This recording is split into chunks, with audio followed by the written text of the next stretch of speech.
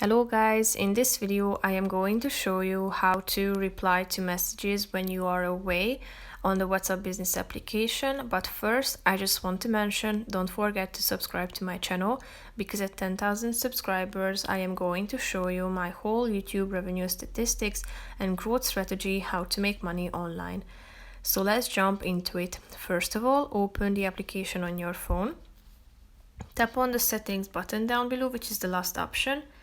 Click on business tools, which is the second option. Scroll down to the messaging tools section and tap on away message.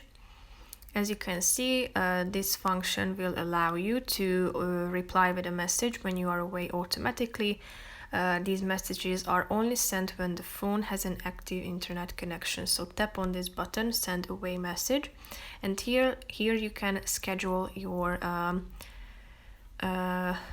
messages. So as you can see, always send, meaning that an automated message will be sent all times. And here you can also customize your schedule, so select the start time and an end time. By going back, you can also select your recipients, such as everyone, exclude my contacts, everyone except, and only send to. And here in the last two options you should select those people or a person that you are referring to.